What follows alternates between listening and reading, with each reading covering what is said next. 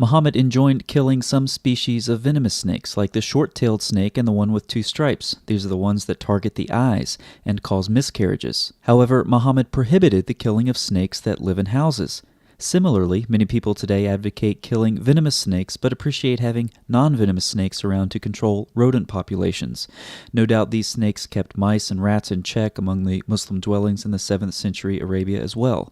With respect to these rodent populations, Muslims were also permitted to kill them too. It's not sinful to kill 5 kinds of animals, Muhammad said, and the mouse was one of them. But now it gets interesting. Knowing that it was forbidden for Jews to drink camel milk, Muhammad also observed the same for mice. For if you put the milk of a she-camel in front of a mouse or rat, it will not drink it.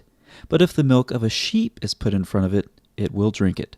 This is why Muhammad thought that a group of Jews were cursed and transformed into mouses or rats. So let's attempt to formulate Muhammad's argument here. 1.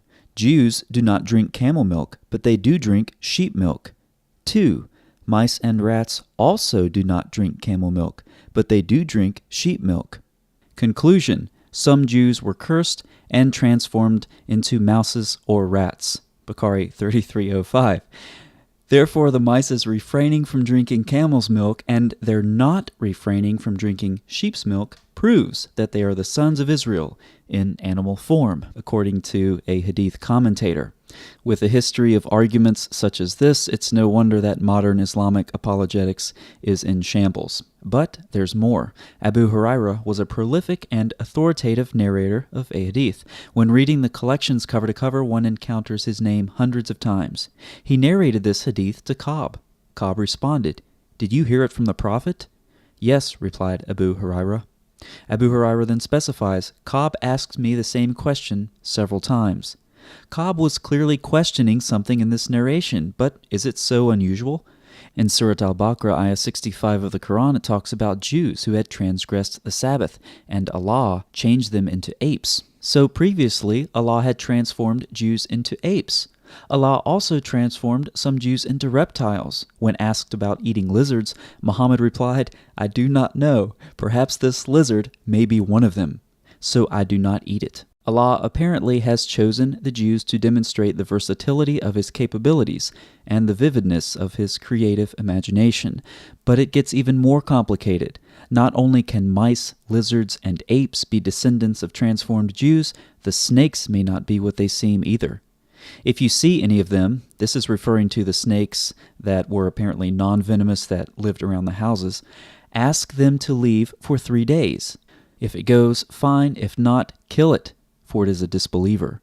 This unbeliever in the form of a snake could be a devil or a jinn.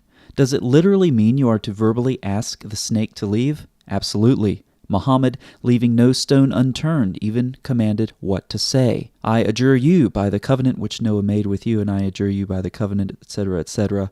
Then if they come back, kill them. So, to conclude then, venomous snakes should be killed, but the snakes in houses are okay as long as they don't stay for longer than 3 days after being asked to leave, which would indicate the snakes are unbelievers in disguise. It's okay for the snakes to eat the resident rats and mice, but it's not like the snakes are actually eating a mouse Jew, and Muslims are permitted to kill mice and rats too, but it's not like they're actually killing Jews in mouse or rat form. It's just that they're killing the types of animals that Allah had once transformed the Jews into because they were cursed. But not all scholars agree on this last point. Some have argued that some of the animals the Jews were transformed into could reproduce, and thus their lineage did not die out. Remember the mice who still act like Jews by drinking sheep's milk and abstaining from camel milk? Think about this next time you encounter a lizard, or a mouse, or a rat, or a Jew. I've adopted a lighthearted approach to these conclusions from the Hadith and Quran, but I would ask Muslims, do these conclusions sound like reasonable inferences made by a divinely guided prophet, or do they sound like the product of a man who was the product of his superstitious culture in 7th century Arabia with, of course, that unique Islamic twist of anti-Semitism?